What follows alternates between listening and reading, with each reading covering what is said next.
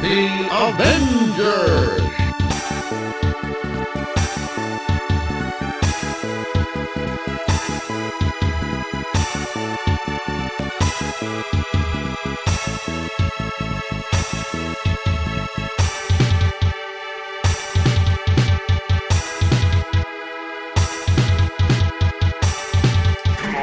Hey everyone, and welcome to another exciting episode of Battle of the Atom. This is your weekly X-Men podcast where we rank every story from A to Z. I'm Adam. And I'm the bad boy of X-Men podcasting, Zach Jenkins. The bad boy of X-Men podcasting, Zach? That's what I'm branding myself as now, Adam. Thank you for noticing. What I realized all on my own is that you know how the last couple of weeks, our listeners wouldn't know because we've kept our schedule. But yeah. I have been traveling the known universe. Yeah, I've been doing a lot. It's been a busy bit of time. Forgot that I called out different X-Men podcasts right at the top of the episode, 2 episodes in a row, because there was about a month and a half. Not a month and a half. There was like 3 weeks between several recording weeks, those. Yes. So I'm just leaning into this bad boy persona that I built for myself. I'm thinking, Adam, that this week. Do you know what the bad boy of X-Men podcasting is thinking? I don't know. Are you going to trash talk some other podcasts? Yes, absolutely. Who are we going after this week's bad boy, Zach? Golly, oh wow! I'm just gonna. No, actually, here's a fun and a joke. We were talking on our Slack this week about Venom, where Darkoth, a random one-off character from, I believe, Scott Lobdell's Excalibur run, right? Excalibur pops up. And I was like, who's excited for Darkoth content? Is this really what we want? And then Anna was like, did I miss Darkoth conversation? If it's Excalibur, oh gosh, golly wow, is going to be on top of it, I'm sure. Well, you know, Adam, we don't need to focus on other podcasts because we got our own to focus on right here. And in fact, we're going to throw out all the rules. No rules, just right this week. Yeah. I feel like I need a name too. If you're a bad boy, can I be like Shock Jock Adam? I mean, maybe you edit it. You can add like car horns or whatever. Shock Jock Adam in the morning. Get it. Well, we are throwing out all the rules this week because as I've been teasing all week on social media, this is the X-Men podcast that ain't so X-Men this week. Hold on. One, I like to point out that we make the rules so that we can break the rules. And two, that a request from friend of the show and our friend Bobby Two Guys was what is the earliest Chris Claremont stories we haven't covered? Yeah. Interesting challenge. You would think that we'd be like, well, there's that Count Nefaria thing, and there's that demon Charon that's on the the Avengers or the X Mansion. We haven't covered those. No, sirree. In fact, we are both stretching the limits of the words X-Man and Chris Claremont's participation in this episode to find the earliest comics involving X-Men that Chris Claremont is associated with. That is correct. And that means that we are plunging into titles we don't normally do. So thank you, Bob, for this exciting opportunity to talk about the Incredible Hulk. Yeah, if you want to be like Bobby Two Guys, you can go over to patreon.com/comicsxf. Dig deep. You know you have to dig deep into your hearts and your pocketbooks, and you got to toss a couple of coins into our coffers, you know, and that'll get you an episode about whatever you want, including things like the first appearance of super astronaut sea captain, super Doctor Astronaut Peter Corbeau. Yes. Peter Corbeau, that's right. Yeah, guys. So this is Chris Claremont's first credited comic. Mm-hmm. Forget whatever Chris Claremont says about I sent the Sentinels to the sun because I was a gopher. He didn't get credited for that one, so it doesn't count. That's right. But Zach, we should also Neil Adams, I believe, does not recall, remember, or believe that story, which I think is very funny. Rest in peace, Neil. I can't. His thing in terms of what they generally believed. Chris Claremont's not a flat earther. No, I'm sorry. Neither is Neil Adams. I should take that back. Neil Adams was a Hollow Earther. Rest in peace. Oh, right. Yeah, I kind of always forget that. That's really weird. No one remembers that Neil Adams was a Hollow Earther, and I find it delightful because it's Hollow Earth is one of the very few conspiracy theories, and don't correct me if I'm wrong, people. It's one of the very few conspiracy theories that seems to hurt nobody and not be related to anti-Semitism. It's dumb. I'm sure somebody has as terrible people, but in Neil for the glory of Neil Adams' lifetime, I am really glad that he got to see Godzilla versus Kong, and do you think he really did a victory lap around his living room when they went into the Hollow Earth?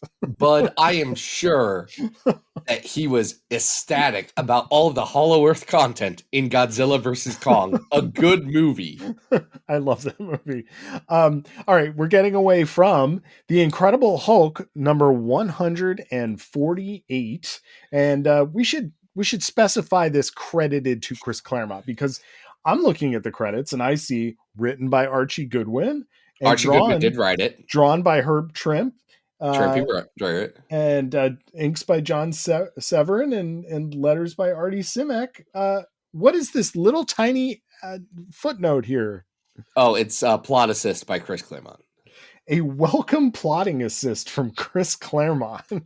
So the thing about Chris Claremont is he was a intern essentially at Marvel. He was what they called a gopher. And to hear him tell it and just his general background talk, they would go for things that people needed. It was a pun name. Fantastic. Yep. No notes. So much better than intern. So he would help out around the office and do some things. Eventually got a real job there.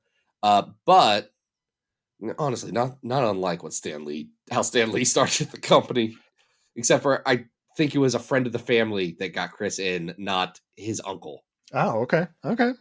I forget exactly. It's a tradition to, intern and then people are like, oh, nepotism in Marvel? Yeah, in this tiny publisher. Yes, there was some nepotism in what was at the time a family-run business. Shocking everyone. Anyway, but no, Archie Goodwin's writing this story, and it counts as an X-Men story, we decided, because it's beautiful that Chris Claremont's first comic is also the first appearance of Peter Corbeau. That's right. And Peter Corbeau is introduced right on the first page. You would assume, based on the narration, that Peter Corbeau has been around for a long time. It's referenced that he created Star Corps 1, and he has figured out a way to de-Hulk the Hulk. The thing about Peter Corbeau is page 1, panel 1, he's already figured out how to close the green door. That's right. We didn't even know him yet, and Peter Corbeau already knew about the green door. He knew about the one below all. Page 1, and dude has already won the Nobel Prize in his narration box. Like, this guy is the real deal. It's just immediate. Peter Corbeau comes fully formed. Yeah. And I love that about him. He's great. He's got a nice, well, sometimes it's brown. He's got kind of like a checkered brown blazer, but he's rocking it over top of pinstripe blue pants. Like, we're talking a man of fashion here. This is 1972. We've got to be so specific. This is 1972. Yeah. And you know what happens? Well, the first part of the plan to de-Hulkify the Hulk is, you got to sedate the Hulk. So we first got to send out our Hulkbuster jets that are going faster than the speed of sound, but are still capable of targeting the Hulk and basically launching like a bajillion tranquilizer darts into his back, I guess. Yeah, they knock out the Hulk. And then it's so easy. Dr. Corbeau grabs him, drags him into a room, flips a switch. No more Hulk. It's pretty impressive that Peter Corbeau has figured out how to use the sun, which is going to come back again in this episode. Keep the sun in mind, listeners. How much of Chris Claremont's plot assists over time were just, what if the sun does it? Hold on, guys. I got a great plot here. Chris, you understand why I can't be the sun this time, Chris. We did the sun the last 3 times. You understand, Chris, right? It can't be the sun. We're not doing the sun this time. Well, this is Chris's first time, making suggestions. So the sun is able, the power of solar is able to reverse the gamma rays and return good old Bruce Banner to our company. Well, good for Peter Corbeau. The thing is, if gamma rays are a type of radiation, yes, and what is the source of radiation in our universe? The sun. The sun, yeah. And if that's causing some sort of mutation, then the way to reverse this mutation would be to turn off the sun. I'm telling you, that's the exact logic that he keeps saying at every con about that stupid Neil Adams Sentinel story. And it's so upsetting that I don't know that that's exactly what he did in this case, but like, I'm just looking at the work as it's presented to me and drawing conclusions. That's literary analysis. Well, folks, I got some bad news because it's about the sun. Peter Corbeau's plan is, yes, it works, but it also means that the sun may solar flare and supernova and blow up the Earth. So Peter Corbeau maybe didn't think this totally all the way through. Peter Corbeau does almost blow up the sun. He shouldn't have done that. But now, how do you fix the sun? How do you fix the sun? Yeah. Well, that's a great question, Zach. How do you fix the sun? I don't know, because I got really distracted by the part where there's this not quantum realm, not microverse people. Hold on. It is the microverse, at least originally. Now, later, this is retconned, but this is my first introduction to Jarella. Yeah, I don't know nothing about Hulk's love of his life, Jarella, who is a character from Princess of Mars. Jarella does seem like she walked right out of a John Carter book. She has been in one comic before this, in a lot of comics after. Yeah, she comes back quite a bit. So Hulk got trapped in the microverse and went on this fantasy escapade for like one issue. And now those characters have basically popped over into the major universe, the 616. Well, I guess it's still the 616 if it's the microverse. It's just a tiny inside. But you can't. I don't know how the microverse is supposed to work. I didn't read those comics. They seemed pretty bad. So Jarella comes back, and not only does she come back, but she is followed by Ffialan, the assassin supreme, who doesn't seem so supreme at assassinating.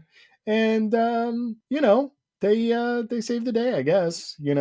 Bruce has to become the Hulk again so that he can save everybody. And I think he just kind of Hulk smashes, right? Hulk smashes so that my understanding of the Hulk is that he does smash. That's his MO. That's what he tries to do. Is in his day-to-day life, he sees a problem, he thinks smash. So when he thinks that Jarella is dead, he smashes. That seems correct. So essentially, at the end of this story, Hulk has to smash. But I believe the answer here is that when Hulk is turned back into Hulk, it solves the supernova problem. But only if Jarella. Oh, here's why. Because we're skipping kind of a major piece here. The reason that the sun is going crazy is not just because Peter Corbeau cured the Hulk. The microverse is also breaking the sun. Exactly. Because Jarella and Ffialan made it through from the microverse, that is causing it. So the Hulk is pissed because the love of his life has come back and now she has to be sent back. And I love the Hulk's line here. He says, Hulk sees you want to take only good thing in his life. Don't care about the sun, the world, only Jarella. And I'm like, bro, I get you. I feel you. I understand Hulk here. As he's yelling, says, I don't care about the sun. I don't care about the sun. If you're writing Hulk dialogue, I feel like that's perfectly good and fair Hulk dialogue, is to be like, Hulk doesn't care about the sun. He says, touch her and see how fast the Hulk will smash. Listen, this is great. There is some good in this. My problem is, I think it kind of sucks and is boring otherwise.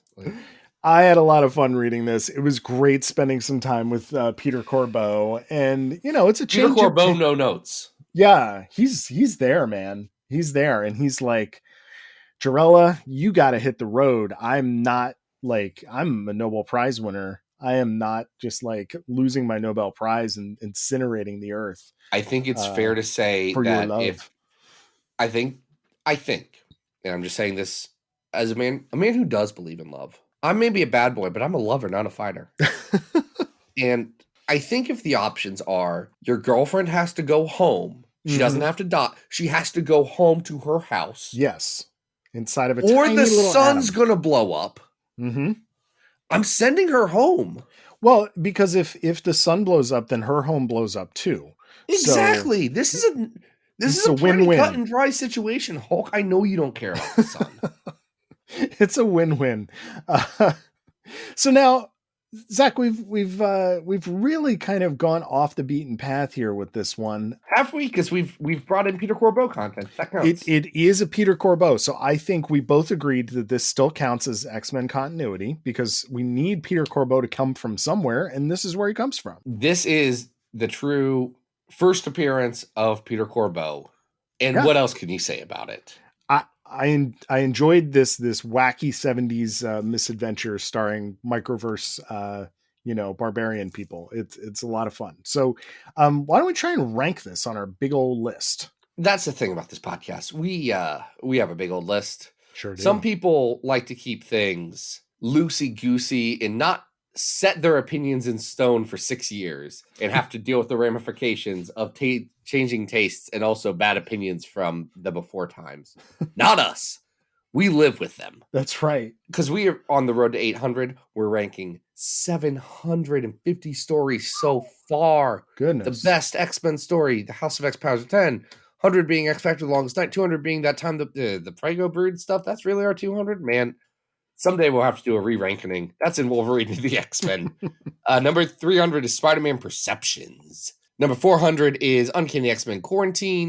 Number 500 is New Mutants 15 through 17 Hellions. Number 600 is The Extremists from Uncanny X-Men 47 to 491. Number 700 is Marvel Comics presents the Pharaoh's Legacy. That's the Havoc story. And number 750 is the Draco. Hey, Adam, we have talked about Hulk on this list before. Yeah, we have, but not one from this era. I mean, it was Incredible Hulk 161. It wasn't. Oh, I guess that's really not that far. Yeah, that's true. Yeah, but that was because the Beast was there specifically, if I remember. Yeah, it was tied up in the Beast's adventures. Yeah. I mean, Mimic was there. Mm-hmm. Yeah, that was. Some would argue that was a year after this, actually. I'm gonna say I think we're do you think we're in the 500s or the 600s here? Like, is this better than 612 Beauty and the Beast? No, I don't think so. It's not better than Iceman Volume 1 at 623. Yep. Okay. All right. So we know we are going lower than like the 625. Smokescreen's better. Here. Smokescreen is better at 645. But I don't know if this is as bad as 651 X-Men Noir. Yeah, no, I'm looking right around there because I think like 645's Knights of Terra, that's better. Smokescreen's better. Mm-hmm. I think Wolverine Origins and Endings is better. Yeah. From Volume 3. Yep. I don't think Wolverine the Vigil from Marvel Comics Presents is better than this, though. I would put this as our new 650 between that and the Face-Off issue of X-Men Unlimited. Yeah, that works. I think this is probably just shy of being as good as the Face-Off issue of X-Men Unlimited, which, what a wild ride that was. Yeah, luckily, Adam, you and I are going to we're going to quit goofing around. And we're gonna move into one of Chris Claremont's real additions to the X-Men canon from early in his years. I am, of course, talking about Avengers 102 to 104. What to do till the Sentinels come. Listeners were like, "Oh, they did a Hulk story. That was cute. Surely they will get back to X-Men now." Oh, let's cover an Avengers arc. Hold on. This is a Sentinel story. This does tie in to other comics we have talked about that are equally as bizarre. folks, this is 100% as X-Men as an Avengers story can get, because without including a single X-Men character. Unless you count Scarlet Witch, who is, I guess... I don't. She's an Avengers I truly character. don't. Quicksilver is here. He's an X-Men character. Quicksilver has served on an X team before. Yes. I would like to point out, Spider-Man's taught at the school before. That doesn't necessarily make him... that doesn't mean that every Spider-Man story is open for this episode. Zach, I want to tell you a true story. And that is that leading up to this episode, I polled people on both Twitter and Instagram about who their favorite X-Men character was. And their choices were the Hulk, the Thing, Thor, and Hawkeye. And no one really came to me. I think there was maybe one person to say, those aren't X-Men characters. Everyone just voted and explained why they thought those were their favorite X-Men characters. And I was like, this is weird. This is very strange. All of those characters, I want to be clear. The best X-Men of all those characters is Thor. Yes, because he was a friend of the show. Thor, the ally. And editor-in-chief of Women Write About Comics, Nola Pfau, did point out was an ally during Mutant Massacre. So honorary mutant. Thor, both an ally and, let's be honest, was written and drawn for a long time by Weezy's husband. That's right. You want to know why? It's that. But back to this story, folks may remember that a certain group of Sentinels went up into the sun. Anybody remember that one? I believe you would have to not have been listening to this episode already, where we've talked about it at length. So the Sentinels were sent up to the sun due to some trickery from Cyclops. And, Zach, surprise, they're not dead. No, they went near the sun and hung out. Yeah. And maybe... Who's to say they weren't building an Orcus base there, even in these early days? So again, we do have an interesting Chris Claremont credit here. In 102, the issue is credited to Roy Thomas and Rich Buckler, Joe Sinnott, and Sam Rosen. But at the bottom, it does say, from an idea suggested by Chris Claremont. Very funny that Chris Claremont was like, okay, great. I got this Hulk thing in the bag. They loved my sun idea. What other ideas do I got? My first sun idea, I bring that one back. We do that sun idea again, and we do a sequel to that sun idea. Roy Thomas, who is on his massive run on the Avengers, he has 70 issues of the Avengers. This is his last arc. And good for Roy Thomas. Like, I know there are fans of Roy the Boy out there. This feels like kind of a classic adventure story. I keep saying Avengers story. It's the kind of classic Avengers story that I'm not sure you can like reasonably do anymore. Because I feel like the expectation is that Avengers stories are big. Yeah. Largely, it's a combination of everything from the Ultimates to what Bendis was doing with the new Avengers and them being so central to the line, to the fact that the Avengers film franchise is the largest media franchise in the world. Yeah. But Avengers stories feel like they have to be big now. This is just a regular superhero story that the Avengers are the superheroes in. Yeah. We often talk about X-Men being kind of soapy, month to month relationship drama, but the Avengers has quite a bit of that as well. So, we are starting this arc with Vision encountering Grim Reaper. Don't care about any of this part. No, I know, but Vision pining for Wanda, Hawkeye non-consensually kissing Wanda, and then Wanda kind of wandering off into the park. They're in a flirty stage. I don't think it's non-consensual as much as it is like a surprise kiss from a friend. She's not interested. It doesn't look like. And she's Hawkeye, not interested. She's having a Betty and Veronica thing, only between a robot and Clint Barton. Yeah, she's definitely in it for the robot, not for Barton.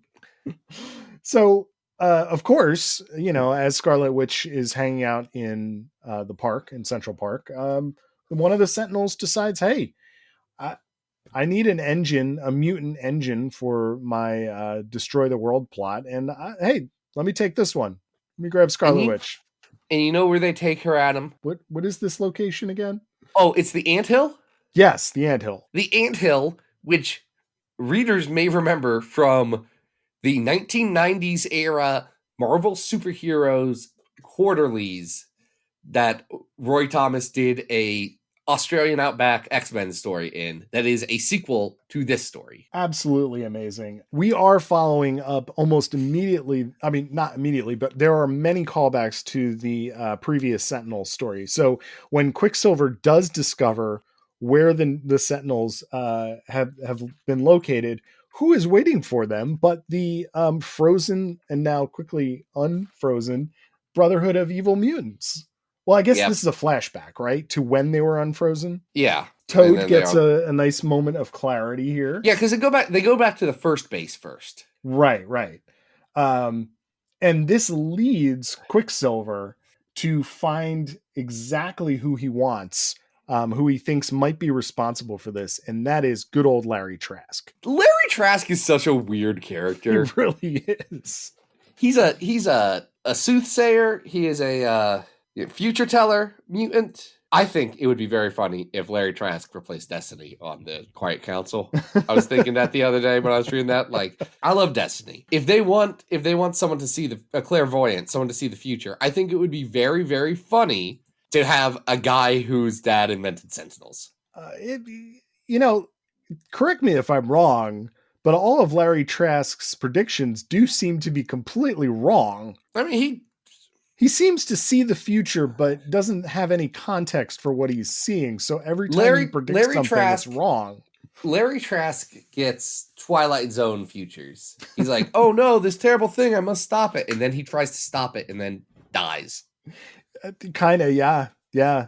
So the Avengers do manage to track down the Sentinels to the Anthill. And it's great because the visual is these Sentinels literally crawling out of a giant anthill and everybody fighting while Quicksilver attempts to save Scarlet Witch. Everyone is Captain America, Hawkeye, Vision, Iron Man, and Thor. Yeah, really nice classic team. Oh, they do tell Rick Jones that he's not allowed to tag along. Good. Good. Rick Jones is like, what? I'm cool. I can tag along. No, Rick, you need to stay behind. Rick, you have to go, I don't know, do whatever it is, eventually go through a green door and turn into this weird amalgamation man. I guess. Yeah. There is also a really great cutaway diagram of the anthill in the third issue. That's great. Yeah, Roy Thomas even gives Rich Buckler a little high five in the editorial notes. He's like, righteous Rich Buckler. That's what I call a diagram, fella. Why don't we have more cutaways anymore? We should. They're great. Give us the every maps. time. The last one there was one in Bendis X-Men. That's the last X-Men cutaway I remember. Yeah. I guess the bedroom layout of the Summers house kind of counts, right? Is that a diagram? That's a cutaway, right? That is a floor plan. Yeah. It is not a cutaway the way we want it to be. No, it would be really cool to get a nice like sideways cutaway. You know what this reminds me of? And I wonder the treehouse. They should do the treehouse. Oh, the treehouse where the X-Men live now. Yeah. I wonder if Liefeld swiped this because now that I'm looking at this page layout, it does look a lot like that page in X-Force where they show the X-Force's base. Listen, if you're gonna cheat. Yeah. I don't know. I'm just saying that the pages look awfully similar. So they do beat the Sentinels, but in a fun way. They also trick the Sentinels, just like they originally tricked the Sentinels. Yeah. Because number 2, the unfortunately named leader of these Sentinels, something not so great has happened to him while he's been orbiting the sun. Well, Adam, as you know, the sun is the source of all mutation, right? That's correct, yeah. Radiation from the sun. That's right. Well, wouldn't it be bad if one of the Sentinels did radiate and mutate? He melted a little bit. And that suddenly made him a mutant, I guess. Larry Trask's mutant detecting device said that number 2 was a mutant sentinel. That is correct. And because of this, the other Sentinels will, turn on number 2, and they destroy him. Basically, that's how it What goes. is funny about this, because Quicksilver was going off on his own to Mhm. try and save his sister. The other Avengers do not realize that Quicksilver was also there. No, they He have gets no teleported idea. into his own adventure later. Yeah, it's great. Um, Though Larry Trask does get separated from Quicksilver and, is there to identify number 2 as a mutant. And then die. I mean, Yeah, Larry and Trask. yeah. Yep. Again, I'm just saying, Larry Trask could come back and he could be like, guys, look, I have this don't be found by Cerebro technology. You can just use that now. Sentinels won't be able to find you. Yeah.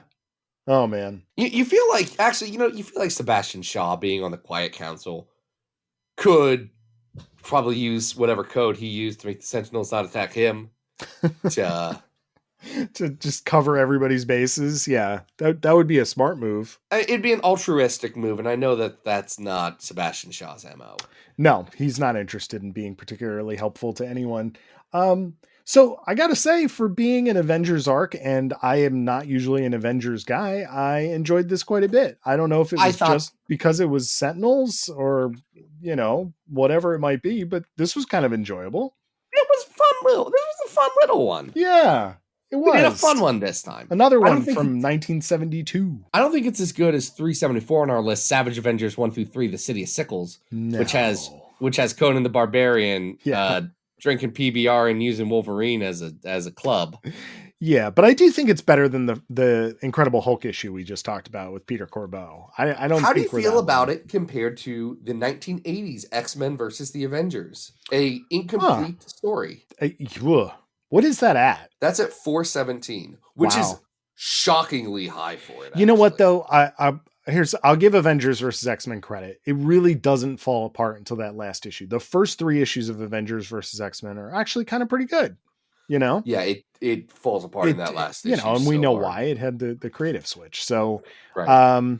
Though I'm looking at this list and I don't know. I don't think this is as good as some of the stuff that's here. Like, it's not as good as that ROM issue. No, it's not as good as the Saga of Crystal Warrior number 6 with Nightcrawler. Going down. I think we might. Are we in 500's territory here? I think we're in 500's territory. Yeah. Well, hold on. Neil Adams, The First X-Men, is at 485. That's way better than this. Is it? Oh, come on. I like The First X-Men. They're silly. Yes, and I didn't. Is the thing. Okay. But is this really better than the Adam X the Extreme? It's not better than Adam X the Extreme is back and things have never been done. No, it's not. I think it might be better than Storm Volume 2, though. That's the love story one. Yeah, that's a great place to put it. So that would slot it in between Storm Volume 2 and the first appearance of Gambit. So this will be our new 493. This will be our new 493, The Return of the Sun Sentinels. Love it. And the death, because once number 2 goes down, well, everybody, all their Sentinels just kind of pass out, and that's the end of the adventure. The base comes back. I think the Sentinels do too. Do I remember what happens in that summer special? Absolutely not. I'm not worrying about it, is my approach. All right, so we have talked about the Hulk. We have talked about the Avengers. So surely our last and third story will be, an X-Men title. Of course. It absolutely will. Why wouldn't it be an X-Men title? We're talking about Giant Size Fantastic Four number 1. Or number 4. Number 4. Volume 1, number 4. And this is 100% an X-Men story because it is the first appearance of a very important X-Men character. We're talking about Jimmy Madrox, the Multiple Man. That is correct. Who, gee whiz. I don't know if you've you probably don't know this because you're not part of the Northeast tri-state area, but there have been actually some recent tragedies involving subway surfing, and I feel like Madrox is not listening to the public service announcements about staying off of the top of elevated subway trains. But the movies make it look so fun. I know, but really, Madrox, I know you're a troubled young man. But you gotta stay down from there. It's just not safe. This is in 1974, written by Len Wein, pencils by John Buscema, Joe Notes on the inks, Glennis is on our colors here. Chris Claremont is plotting this or dialoguing it. Yes. So we do still have Chris he has gone up from giving suggestions for ideas for stories to like, hey, Chris, could you do this one for us pretty much? Right. Like, here's our idea. Here's what's going on. I'm Lenween. I'm more or less like, I'm really big and important. Can you do this one for us? So congrats for moving up the ladder there, Chris. Our issue starts with the Thing and Alicia just trying to go out to a football game. That's great. Yeah. I have nothing about that. Nothing negative to say about that. I think the Thing should go do casual stuff all the time. Yes. The Thing should, however, be careful as he does. Is it because he's a giant rock man? Giant rock man, and does, while they're waiting for the train, because they miss a train, decide that he's just gonna rip a door off of a subway car as it goes by. Like, he has some anger issues to work through. He sure does. I also would like to point out that, Ben, when you're on a date with this lovely woman who also happens to be blind, but let's put the blindness aside. You're with this love of your life, right? And yes, his now wife, Alicia Masters. There may be a disturbance on the top of this subway train. However, should you just abandon her, go fight this disturbance, and then not check back in for the rest of the issue? It's not great form. If I was Alicia, I would be mad. I would be mad. This is so typical superhero behavior. It's really one of the things. I know that because of the ever-changing nature of comics, things have become more decompressed, which isn't necessarily a bad thing. But also the types of stories they're telling have changed, and there's a lot less about the civilian friends and family of the superheroes. And I do miss that now we don't get the, oh no, I missed a date with MJ because I had to do a Spider-Man thing. Yeah. Yeah. I love that stuff. So that aside, the Thing does confront Madrox, the Multiple Man. And Madrox is, if you recall his early appearances all the way up really through almost Muir Island Saga, he is wearing, he's not wearing it by the time we get to like Fallen Angels, right? But he's got Fallen Angels, he changes a bit. Yeah, we get like the trench coat look, but he's wearing this goofy getup, this Jack Kirby outfit. His dumb Kirby dot suit. Yeah. Here's the thing. You've seen the movie X-Men: The Last Stand, right? Sure have. I feel like Dr. McSteamy's Jamie Madrox look is actually pretty good in that. It is. Juggernaut's terrible. Madrox, kind of great. What's that actor's name? Eric Dane, I think? Eric Dane. Yeah, great idea. Great casting for Madrox. Does he do anything? No. Is he better casting than James Franco? I'm not 100% sure. I would say anybody for any role other than James Franco. Hold on. James Franco playing a weird, creepy version of Madrox. Let's not pay James Franco money. Let's just let James Franco go be somewhere that's not. I mean, yes, all agreed. All agreed. I'm looking at this Eric Dane Multiple Man thing. Honestly, he seems really charming. He looks great. Now, for folks confused about the suit was, because I'd kind of forgotten this, because you don't really hear about this in X-Men. The suit is a design that was specifically made to kind of stop Multiple Man from multiplying. We get this great flashback to Multiple Man's birth that I absolutely love. And for folks who have not read this issue, you have to imagine in your brain the doctor literally slapping Madrox, who's just come out of the womb, on the bum, and immediately another Madrox baby appears. It's some of the best comic timing you could have. It's great. Love that. I love it. A little more confusing is the panel, a couple panels later on the same page, that indicates that a freak tornado swept through and killed Madrox's parents who both just seem to be lying very peacefully in their beds. So I do not understand what's going on there. Seems to be a disconnect between art and script. Listen, someone, I'm not saying who, someone could have scripted that better to explain why his parents weren't around anymore. Yeah. Because the tornado is not shown. No, we do not. It's not in the art. It's just dialogue that said, yeah, and then there's this freak tornado on our farm. And a Wizard of Oz happened. The thing is like, yo, guys, we got a problem. There's this dude and he keeps multiplying. So eventually, of course, the Fantastic Four has to fight Madrox. Now, this is not our normal Fantastic Four.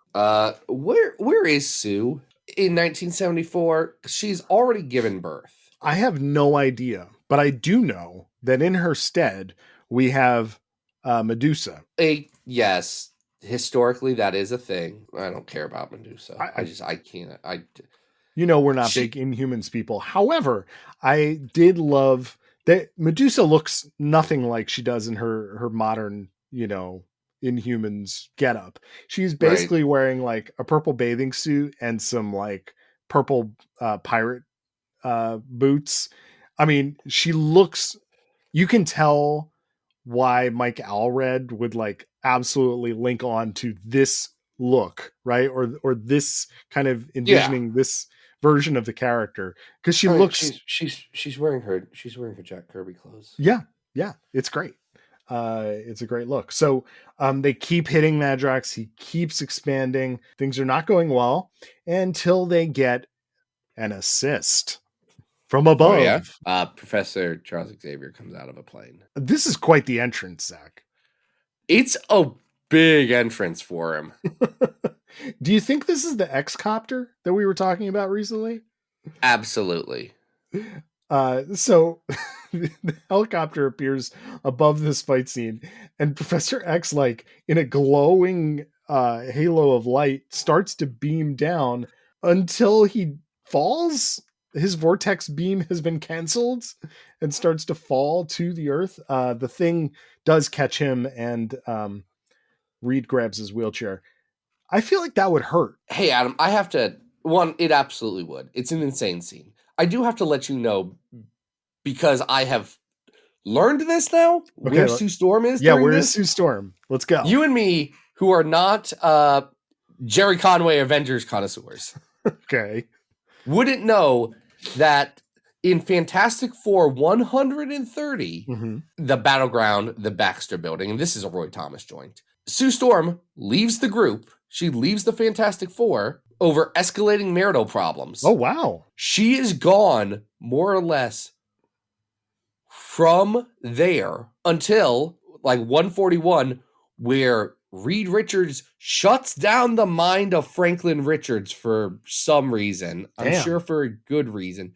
Which Sue then pretty reasonably says, I would like a divorce now, please, thank you. Wow. She eventually comes back. It takes a spell. It takes a spell. Sue Storm, you deserve better. It turns out, you're not going to believe this. I'm sure there's some comics explanations going on here. Readers were not happy about their separation. Shocking. They thought that Sue was being unreasonable about this. Jesus Christ. And said they should kill off Sue Storm. Okay. Comics readers have never had any chill. Man, it's just amazing, isn't it? Wow. So it does turn out that, first of all, thank you for that deep dive. Charles Xavier's skydiving now. Yes, sorry. Yeah, so it does turn out that Charles Xavier knew Madrox's father, somehow, of course. Charles Xavier knows everyone's dad. Yes, knew his dad, and I guess helped design the suit that Charles Xavier, Madrox as Ecstatics has so helpfully pointed out, is so good at designing suits so that his students can control their mutant powers and then maybe, live normal lives with physical touch and sensation. It's weird that this suit that doesn't make his powers work, that makes his powers not work, is his superhero costume for his powers for the longest time, right?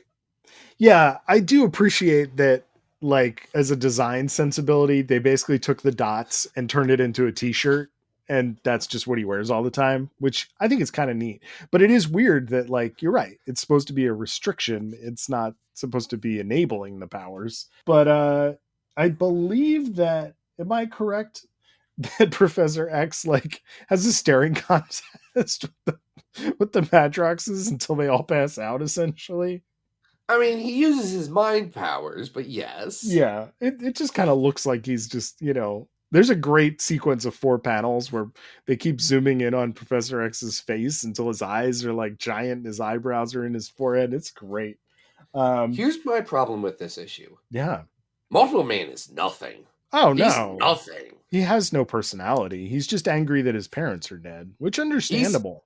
He is literally a nothing character until Fallen Angels. Mm-hmm. And then he's a nothing character again until Peter David gets him. Yeah, I mean, he's not like the most... He's a lab assistant in the background for like, what, several decades? A spell. Yeah, at least a decade, right? I mean, there's got to be... Because this is 72. This is 74. This is 74. Oh, this is 74. So, I'm sorry. And, he's... By the time Muir Island gets introduced... Yeah, he's something there, you know what I mean? And then Fallen Angels is what? I want to say 87. It's 87. Yeah. All right. So, he's got a bit of a spell where he's a complete nobody, and of course, Professor Xavier takes him and says he's going to take care of him. And of course, what does he do? Just dumps him off with Moira. It's like, hey, you need a lab assistant. How about this guy that just fought Fantastic Four on their roof? I mean, listen, it's Chris. Chris put it in a toy for himself. Yeah, I can appreciate that. Of course. So is this comic good, Adam? I enjoyed reading it. It is goofy. I love the subway bit at the beginning with the Thing just trying to get to his football game. And you're right, though. Madrox is not really much of anybody. So this is not as good as the Avengers arc that we just talked about. That's for sure. It's not. It is better than the only other Fantastic Four story we've talked about on this podcast. That is, of course, Fantastic Four 406 to 414 Hyperstorm. Yes, Hyperstorm. This is better than Hyperstorm. Yeah. So we're somewhere between those. It's better than the Incredible Hulk story we did. Like the Thing stuff is fun. Yeah, absolutely. It's jaunty, It is. It's got that, that's a thing that I love about a good classic Spidey or Fantastic Four story, is that usually has like a little bit of a New York feel to it. That kind of city feel of going someplace. I feel like that's not really in the books anymore. So I know where I would put it. Okay. At right below the first appearance of the Brotherhood of Evil Mutants in X-Men 4 and 5. Mm-hmm. And right above X-Men The Burning World by G. Willow Wilson. I think that's a really good place for it. This is not as good as the introduction of the Brotherhood. So this is going to... Issue 4 of that is great. Issue 5 of that is weird. Yeah. All right, so this is going to be our new 503. And gee, that was kind of fun. I like that. I love talking about X-Men with you, my friend Adam. I do too. Especially... when it's just like a weird concept like this. This was kind of fun to discover these stories and go back and see, because, these are tied into X continuity. And some of them very heavily. Yeah. What is X-Men without Peter Corbeau, or the Sentinels, or... The Sentinels, yes. Or Madrox the Multiple Man. The X-Men without Madrox is... Anyway, next week we're going to be talking about some astonishing Iceman issues. Ooh. I'm excited. There's actually an arc I remember being a friggin' banger. Yeah, in this. You know what that sounds like? What does it sound like? Sounds pretty cool. We got bits for next week. We're going to do ice puns like we're Arnold Schwarzenegger in the bad movie with Batman. Don't try and tell me it's good. I've watched it. I'm sorry. No one can tell me that Batman and Robin is a good movie. I lived it as a child, and I lived the disappointment as a child, and I watched it again as an adult and said, nope, my tastes were right at first. No amount of critical reevaluation will change my mind. Oh, man. Yeah. Wow. He, yeah. When Arnold be nice to talk Schwarzenegger about appears in a neon blue costume and says, "Allow me to break the ice." It's exactly what I think of when I think of Victor Fries. Imagine if you were like me and you grew up with the animated series, right? And just that, If you were like me, an actual child, what the movie came out in 98. I was 7 years old. Yeah. You think I was not ready for Mr. Freeze? Yes, but were you expecting it to be Arnold Schwarzenegger? I mean, yes, it was a very heavily marketed movie. No, I mean, but was that your vision of at Dr. 7? Freeze, I would not Mr. have cast Freeze? Arnold Schwarzenegger as the villain in this Batman movie that includes Poison Ivy and Bane. Yeah, Bane. Yes, is I know Arnold Schwarzenegger's from Europe. He's not from South America. I agree. Bane is in this movie, and Arnold Schwarzenegger is in this movie, yet the two are not the same? Well, that seems like, for 1999 standards, the weirdest choice you could have made. Yeah, so, aside from Iceman, next week we will be doing our full scene-by-scene review of Batman and Robin. We will not. I'm Adam, if my son is like, "Oh, Dad, can we watch this?" I'll say, "No, that one's dumb. Watch a different one. You won't enjoy it. You want to watch a Joel Schumacher one? Watch Batman Returns or Batman Forever. That one has Val Kilmer. Value. It does have Val Kilmer. Mm-hmm. I was going to say it has Nicole Kidman. It has that street race that's pretty cool. Come on. I like Batman Forever. That's fun. I don't like Batman. It's not a good movie per se, but it's a fun movie. It has Jim Carrey and Tommy Lee Jones. Here's the difference. Jim Carrey and Tommy Lee Jones are having fun in Batman Forever. Yeah. Arnold Schwarzenegger and Uma Thurman are cashing a check. Yes. Actually, Uma Thurman's having fun. She's doing her part. Come on. I'm sure they're all having a little bit of fun, except for George Clooney. I'm sure he's not having any fun. George Clooney's like, oh, can I just get back to ER, please? Can I just get back to ER? Oh my! This is what I'm going to be a movie star. I'm going to be Batman, and this is what they give me. I have to hang out with Chris O'Donnell for Actually, hold on. I'm gonna get up on my high horse for a second. Oh, here we go. If the Warner Brothers Corporation had the chutzpah to do this stupid Flashpoint movie and bring back a Batman, they should have brought back George Clooney Batman. Wow. I would want to see that over Michael Keaton Batman trying to remind me, oh yeah, isn't this movie so cool? No, remind me that superhero movies for the longest time were dumb and not taken seriously. And now they're dumb and taken seriously. I just think it's really funny. I know we're getting way off track and we have to end this. It's episode. Our podcast. I just think the track is where we make it. And Adam, I'm the bad boy of X-Men podcasting. The podcast is going to do what it wants. Continue. I just want to point out that Michael Keaton started playing Batman literally 35 years ago. No child right now in the history of the United States of America has any idea who that is. So when they see the trailer for the Flash movie that they're supposed to get excited about, right? And they go, oh, there's Ben Affleck. That's my Batman. And then this guy comes out and goes, I'm Batman. No one knows who that is. They think he's the Vulture from Spider-Man. Adam, do you want me to tell you something that's going to be depressing? Please depress me. For a lot of those children, yes, Michael Keaton also wasn't even their dad's Batman. Thank you. Let's get crazy. You want to get nuts? As the father of a 7-year-old, like, you're writing a very precarious line here of you're mixing people who are like, yeah, I'm really into George Clooney, or more frankly, Christian Bale. Mm-hmm. But they don't have the money for Christian Bale. No, Christian Bale's good. He's doing Christian Bale's like, all right, chap, I don't want to do this now, governor. He's taking Netflix checks for doing it. Is he? I don't know what I don't pay attention to what Christian Bale does on a day-to-day basis. He just did a not so great Netflix movie, like everybody else does, because Netflix has lots of money. Guys, we got to wrap this episode up. We do. Thank you, Bobby, too, guys. If you want to be like Bobby, go over to patreon.com/comicsxf. Adam, what do you got going on? Follow me. Thinking about Flashpoint, a bad movie that neither of us was paid to watch in theaters. Oh, I'm not watching that.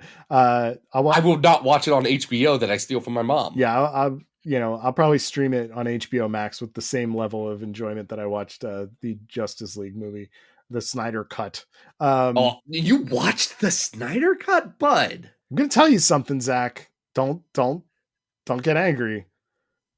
I didn't hate it. It was not the worst thing I've ever seen in my life. There are worse DC movies. Okay, yes. Like, I have also sat through the original Suicide Squad, which could be the worst 1-star movie I've seen in a really long time. That movie's really bad. Snyder Cut's not like that incomprehensibly bad. Anyway, Jesus. We're not getting into Snyder Cut opinions. I'm sorry. I cannot believe I just said that on a recording that is going out to thousands of people. Follow me on Instagram at adam.rec. Zach, what you got going on? Nothing.